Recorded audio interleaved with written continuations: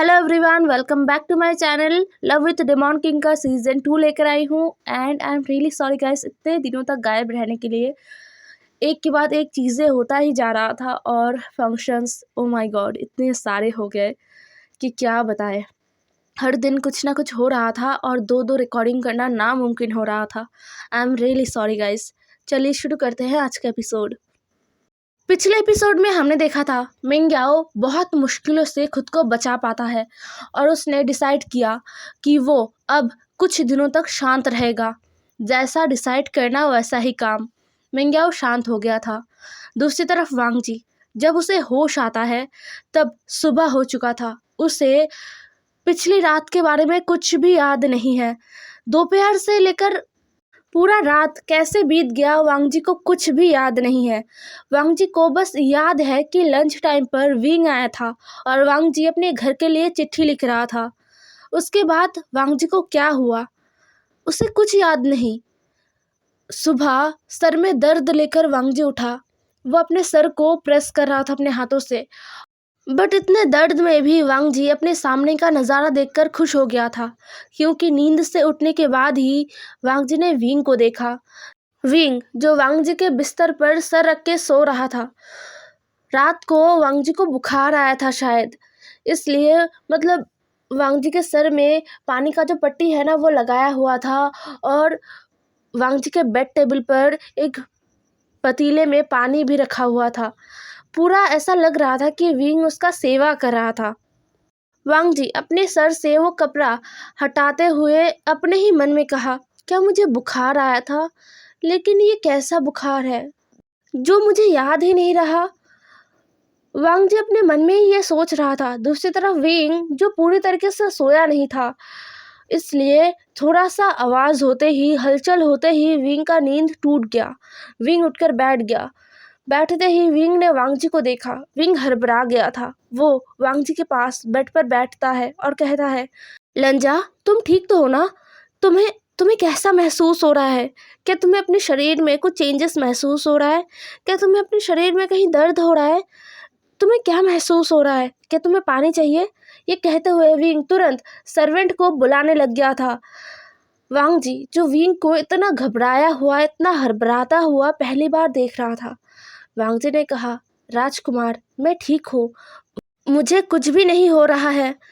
बस सर में थोड़ा दर्द है और मुझे याद भी नहीं क्या मुझे बुखार आया था। मुझे कुछ याद नहीं क्या हुआ था कल। विंग ने वांगजी की बातों को सुना और वो हैरान हो गया। क्या वांगजी को कुछ भी याद नहीं? विंग कुछ कहता उससे पहले हीलर और महारानी यू, ये दोनों ही आ गए थे। महारानी यू ने वांगजी को देखा और उन्होंने कहा, वांगजी, कैसे हो तुम? अब तुम्हारा तबीयत कैसा लग रहा है? तुम्हें ठीक लग रहा है ना, या फिर कहीं कुछ हो रहा है? अगर कुछ अनईजी सा फील हो रहा है तो बताओ हमें। वांगजी थोड़ा हैरान होते हुए कहता है, मदर, क्या क्या मेरे साथ कुछ हुआ था? मुझे तो कुछ भी याद नहीं। क्या मुझे बुखार आया था? अब महारानी यूं भी हैरान हो गई। हीलर ने वांगजी के बातों को सुना और उन्होंने वांगजी को चेक किया। फिर वो वांगजी को थोड़े दवाई देते हैं और कहते हैं कि अब वांगजी को नहाना चाहिए। वांगजी का पूरा बॉडी स्वेट से कवर था। हाँ, वांगजी का बॉडी टेम्परेचर नॉर्मल हो गया था, बट फिर आधी रात को वांगजी को फीवर भी आया था, जिसके चलते जब फीवर दवाई के असर से चला गया तो वांगजी को बहुत ज़्यादा स्वेटिंग हुआ। अब वांगजी को भी अनकंफर्टेबल फील हो रहा था। हीलर भी समझ पा रहे थे, इसलिए हीलर ने कहा कि अब वांगजी को एक वार्म बाथ लेना चाहिए, एक मेडिसिनल बाथ। वांगजी ने अपना सर हाँ में हिलाया और वो सर्वेंट के साथ चला गया। विंग जाना चाहता था बट वांगजी ने रोक दिया और हीलर ने भी विंग को जाने से मना किया। वांगजी के जाने के बाद हीलर अब वांगजी और महारानी यू से कहते हैं, क्राउन प्रिंस, महारानी, कॉन्क्यूपाइन लान, वो अपना याददाश्त खो चुके हैं। कल रात या फिर कल उनके साथ जो कुछ भी हुआ वो सब कुछ वो भूल चुके हैं और उन्हें इस बारे में कुछ भी याद नहीं। शायद उन्हें थोड़े टाइम बाद खुद ब खुद याद आ जाए कि क्या हुआ था, वो किस पेन से गुजरे हैं, या फिर ये भी हो सकता है कि उन्हें इस पेन के बारे में या फिर कल जो कुछ भी उनके साथ हुआ उसके बारे में कभी याद ही ना आए। तो अब आप लोगों को डिसाइड करना है कि आप कॉन्क्यूपाइन लान को क्या बताने वाले हो। क्या आप उन्हें सच बता देंगे या फिर ये सच उनसे छुपाएंगे। महारानी यू हीलर से कहते हैं, क्या क्या वांग जी, उससे कुछ हो गया है? वो ठीक तो है ना? मतलब ये याददाश्त जाने के अलावा भी उसके अंदर कुछ चेंजेस आए हैं? मतलब उसका तबीयत खराब हुआ है क्या? हीलर ने कहा, बिल्कुल नहीं, वो एकदम ठीक हो गए हैं। अब उन्हें थोड़ा कमज़ोरी आ सकता है क्योंकि कल उन्होंने बहुत ज़्यादा पेन सहा है, इसी वजह से उन्हें अगर अच्छे से टेक केयर किया जाए तो वो 2-3 दिनों में एकदम परफेक्टली ठीक हो जाएंगे, पहले जैसे तंदुरुस्त हो जाएंगे। लेकिन मैं कह नहीं सकता कि उन्हें वो पेन भरे मेमोरीज़ याद आएंगे या नहीं, और आप लोगों के ऊपर ही डिपेंड करता है कि आप लोग बताना चाहते हो या नहीं। महारानी यू और विंग एकदम ही रिलैक्स हो गए थे हीलर के बातों को सुनकर कि वांग जी अब ठीक है। विंग ने कहा, हाँ मैं बताऊंगा। महारानी यू कहते हैं, विंग क्या ज़रूरत है वांग जी को वो पेन याद दिलाने का? विंग ने कहा, मदर, वांग जी उस पेन से गुजर चुका है, तो अगर अब उसे ये पेन याद भी आ जाए तो कोई फ़र्क नहीं पड़ेगा, लेकिन उसे जानना ज़रूरी है। मैं उससे कोई भी बात छुपाना नहीं चाहता, चाहे वो कितना ही पेनफुल क्यों ना हो। और कहीं ना कहीं वांग जी के साथ जो कुछ भी हुआ है उसके पीछे मेरा भी हाथ है। मेरे लापरवाही की वजह से वांग जी के साथ ये हुआ है, तो वांग जी को ये बताना ज़रूरी है। अगर उसके बाद वांग जी मुझसे नाराज़ होता है, मुझे पनिश करता है, तो मैं सब कुछ एक्सेप्ट करूँगा, वांग जी के नाराज़गी को और पनिशमेंट को। बट मैं वांग जी से ये बात छुपाऊँगा नहीं। मैंने खुद से प्रॉमिस किया था कि मैं वांग जी से कभी भी कोई बात नहीं छुपाऊँगा। महारानी यू ने विंग की तरफ देखा और बोला, ठीक है, जो तुम्हारा मर्जी, तुम वो कर सकते हो। उसके बाद महारानी यू वांग जी के साथ भी थोड़ा बातें करते हैं जब वांग जी फ्रेश होके आया था तब, और फिर वो चली गई थी। पूरा दिन वांग जी और विंग साथ थे। पूरा दिन विंग ने वांग जी से इस बारे में कोई बात नहीं किया। विंग वांग जी को थोड़ा रिकवर होने के लिए टाइम दे रहा था। शाम के टाइम वांग जी काफ़ी ज़्यादा हद तक रिकवर हो चुका था, मतलब अब उसे अपने शरीर में थोड़ा पेन कम महसूस हो रहा था। उसका शरीर उतना भयानकली दुख नहीं रहा था, बट दर्द था थोड़ा, तो अब उसे थोड़ा अच्छा लग रहा था। अब वो अपने शरीर को पहले जैसा मूव कर पा रहा था, और साथ ही में उसे थोड़ा हल्का महसूस हो रहा था। सुबह उठते ही अपने शरीर में भारीपन महसूस हुआ था उसे, अपने सर में भी, बट अभी उसे हल्का महसूस हो रहा था। और वो विंग के साथ बैठा हुआ था। पुराने महल के तालाब के किनारे विंग और वांग जी बैठे हुए थे। बहुत ही अच्छा नज़ारा था, चांद उठा था। विंग चांद को देख रहा था। वांग जी विंग के चेस्ट पर अपना सर रख के वो भी चांद को देख रहा था, एकदम शांति से। फिर विंग ने वांग जी से कहा, लंजा, मुझे तुमसे कुछ कहना है। वांग जी ने कहा, कहो। विंग कहता है, I am sorry लंजा, I am really sorry, मेरी वजह से तुम्हें इतना दर्द सहना पड़ा। वांग जी ने कहा, किस बारे में बात कर रहे हो? वांग जी हैरान था क्योंकि उसे याद नहीं था। उसे तो लग रहा था कि कल शायद उसे बुखार आया था और कुछ नहीं। बट अभी विंग एक्सप्लेन करता है जो कुछ भी हुआ था, और सुबह कैसे विंग ने असली कल्प्रिट को पकड़ा था। असली कल्प्रिट मिंग्याओ का सर्वेंट था। उसे सज़ा देने के बाद विंग दोबारा वांग जी के पास आया था, और विंग का आंखें लग गया, मतलब विंग सो गया था, और उसी वक्त वांग जी उठ गया। सब कुछ जानने के बाद वांग जी हैरान हो गया था। उसने कहा, ऐसा भी होता है? अगर अगर वो वो जूस तुमने पी लिया होता? वांग जी विंग को पकड़ के विंग को ये बोल रहा था बहुत ही वरिडनेस के साथ। विंग वांग जी का आंखों में वो डर देख पा रहा था। विंग ने वांग जी का और अपना फोरहेड एक साथ किया और बोला, लंजा, मुझे माफ़ कर दो, ये सब कुछ मेरे केयरलेस होने की वजह से हुआ, बट मैं प्रॉमिस करता हूँ दोबारा ऐसा सिचुएशन कभी क्रिएट नहीं होगा, कभी नहीं। वांग जी को भी बहुत गुस्सा आ रहा था मिंग्याओ के उस सर्वेंट के ऊपर, बट वांग जी को मिंग्याओ पर भी डाउट हो रहा था। लेकिन जब उस सर्वेंट ने सारा गलती अपने ऊपर ले ही लिया है, तो अभी मिंग्याओ के बारे में कुछ कहकर भी फ़ायदा नहीं, इसलिए वांग जी चुप रहा। विंग एक बार फिर वांग जी को अपने बाहों में लेता है और कहता है, तुमने मुझे माफ़ कर दिया ना लंजा? वांग जी जो विंग के आवाज़ में सीरियसनेस महसूस कर पा रहा था तो उसे थोड़ा मस्ती सूझा।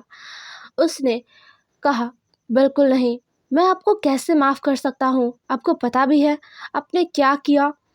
अगर वो सारा जूस आप खुद पी जाते तो क्या होता?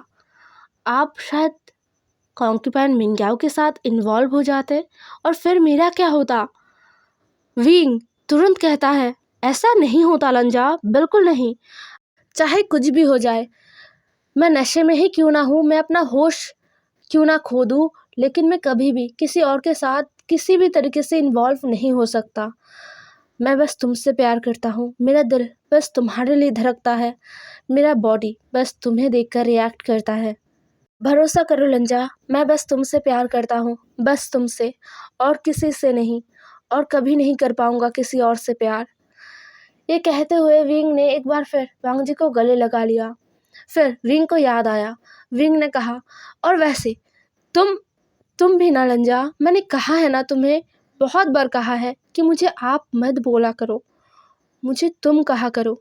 वांग जी विंग के बाहों में जैसे सिमटने की कोशिश कर रहा था। विंग के शरीर से खुद का जो शरीर है ना उसे एकदम मिलाने की कोशिश कर रहा था। इसी कोशिश में वांग जी ने कहा, मैं तुम ही कहूँगा, मैं आप नहीं कहूँगा। अब खुश? विंग ने कहा, बहुत खुश। ये कहते हुए विंग ने वांग जी को अपने गोद में ही बिठा लिया अच्छी तरीके से, जिससे वांग जी और भी ज़्यादा करीब आ पाए विंग के। वांग जी विंग के नेक पर अपना सर रख के विंग के फ्रेग्रेंस को इनहेल कर रहा था, विंग के बॉडी फ्रेग्रेंस को, जो बहुत अच्छा है। यहाँ से शीन शिफ्ट होकर हमें 2 दिन बाद का दिखाया जाता है, जहाँ पर लैंड क्लैन में एक चिट्ठी पहुँचता है। वो प्रिंस वी वुशान का, क्राउन प्रिंस वी वुशान का चिट्ठी है। वांग जी का अंकल लान कुरान अभी लैन क्लैन के क्लैन लीडर नहीं रहे। उन्होंने वांग जी के बड़े ब्रदर लान शिचान को अभी क्लैन लीडर बना दिया है। तो क्लैन लीडर लान शिचान चिट्ठी को पढ़ते हैं और वो जैसे ही चिट्ठी को पढ़ने लगते हैं ना, वो हैरान हो गए थे। जितना वो पढ़ रहे थे उतना ही हैरान हो रहे थे। और लान कुरान जो वहीं पर थे वो भी हैरान हो गए थे। लान कुरान को और लान शिचान को तो भरोसा ही नहीं हो रहा था। लान कुरान अंकल लान कुरान कहते हैं, क्या क्या क्या जो मैं सुन रहा हूँ वो सच है? राजकुमार क्राउन प्रिंस वांग जी से, हमारे वांग जी से शादी करना चाहते हैं। मतलब हमारा वांग जी अगला क्वीन बनने वाला है। हमारा वांग जी क्राउन प्रिंस का लीगल पार्टनर बनने वाला है, जो क्राउन प्रिंस वी वुशान के साथ पूरे जियांग सेक्ट को संभालने वाला है। अंकल कुरान तो बहुत ही खुश हो गए थे, बट कहीं ना कहीं लैंड शिचान थोड़ा वरीड हो गए थे। हालांकि उन्होंने विंग को पहले भी देखा है और विंग जैसे उन्हें रेस्पेक्ट शो करके गया है, जैसे बस एक बार कहने से लैंड शिचान ने बस एक बार विंग को कहा था कि वांग जी तलवारबाजी पसंद करता है और वांग जी इस शादी की वजह से अपना तलवार छोड़ कर गया है।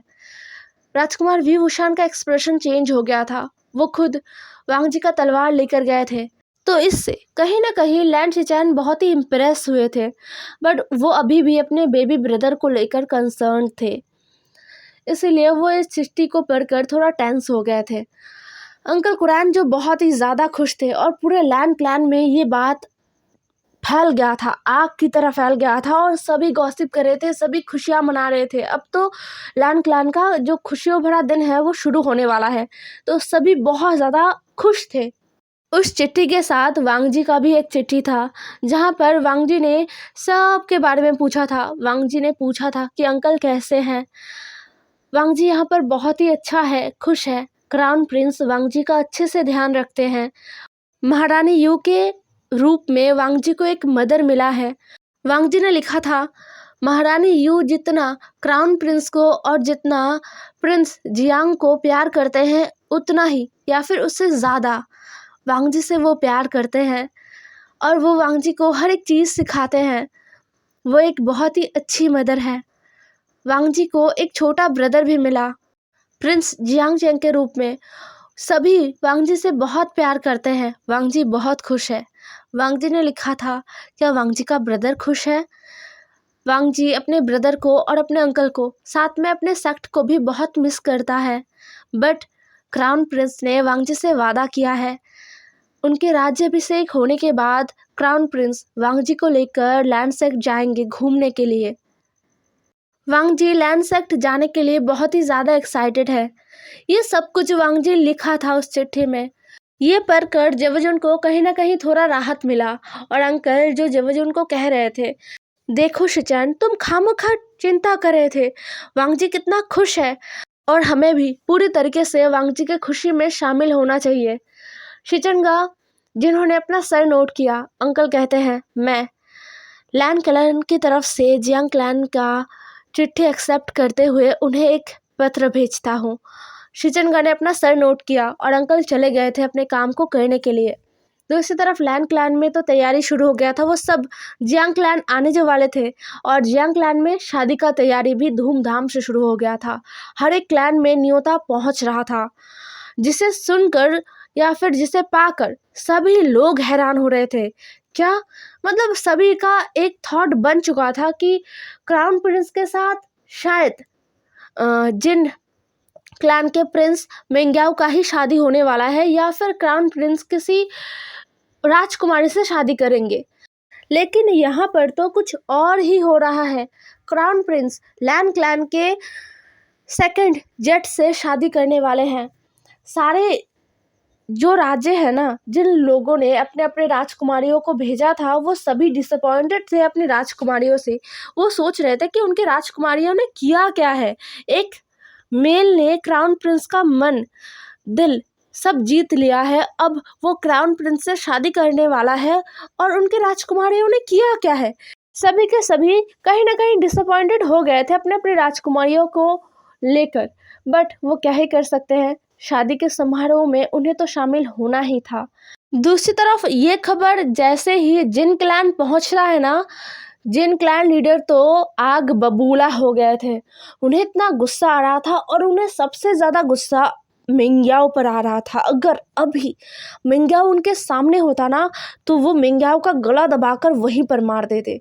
वो निकम्मा, वो किसी काम का नहीं है, वो नाजायज़ औलाद, उसे तो पाल कर ही गलत काम कर दिया। अगर उसके जगह एक कुत्ते को पाला जाता तो भी शायद वो वफादार होता और वो अच्छा काम करता।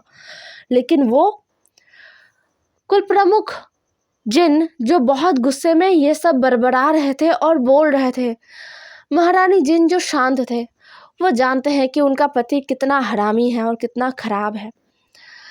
कुल प्रमुख जिन जो अपने आप को सबके सामने बहुत ही अच्छा दिखाने की कोशिश करते हैं, सबसे ज़्यादा अपनी बहू जियांग क्लैन की राजकुमारी यानली के सामने तो वो बहुत ही इनोसेंट, बहुत ही नेक, सच्चे दिल वाले इंसान हैं। उनके जैसा और कोई नहीं। राजकुमारी यानली अपने फादर को उतना पसंद नहीं करती, लेकिन जिन क्लैन लीडर जिन को वो बहुत ही ज़्यादा पसंद करते हैं एज अ फादर, क्योंकि क्लैन लीडर जिन अपने सारे काले करतूतों को राजकुमार यानली के सामने से हटा के रखती है और उनके सामने एक बहुत ही अच्छा फादर होने का ड्रामा जो करते हैं। लेकिन क्लैन लीडर जिन का चेहरा, उनका बेटा, उनकी वाइफ सभी को पता है। खैर, क्लैन लीडर जिन अभी गुस्सा करने के अलावा कुछ नहीं कर सकते। वो जल्द से जल्द जियांग सेक्ट जाना चाहते हैं और मिंग्याओ से मिलना चाहते हैं। वो मिंग्याओ का अच्छे से क्लास लगाएंगे।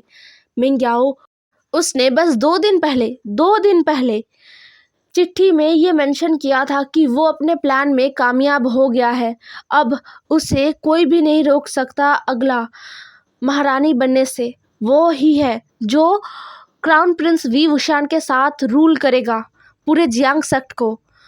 उसे अब कोई नहीं रोक सकता। तो फिर ये क्या हो गया? 2 दिनों में ऐसा क्या हो गया? सारे सेक्ट एक एक करके जियांग सेक्ट में आने लग गए थे। लैंड सेक्ट भी अपने लैंड सेक्ट से निकल चुके थे जियांग सेक्ट की तरफ। दूसरी तरफ जियांग सेक्ट में शादी का जोरों शोरों से तैयारी चल रहा था। इतने बढ़िया तरीके से सारा कुछ तैयार किया जा रहा था, सजाया जा रहा था, इतना ग्रैंड तरीके से हो रहा था कि बस लोग देखते ही रहे। और मिंग्याओ जो हर एक काम में सबका हेल्प करने की कोशिश कर रहा था, बट कोई भी मिंग्याओ को भाव नहीं दे रहा था। उसे गुस्सा तो बहुत आ रहा था, लेकिन अभी उसे ये बात समझ में भी आ रहा था कि कोई भी उसके साइड नहीं है। और फिलहाल उसका सिचुएशन इतना ख़राब है कि कोई नौकर भी उससे नहीं डरने वाला।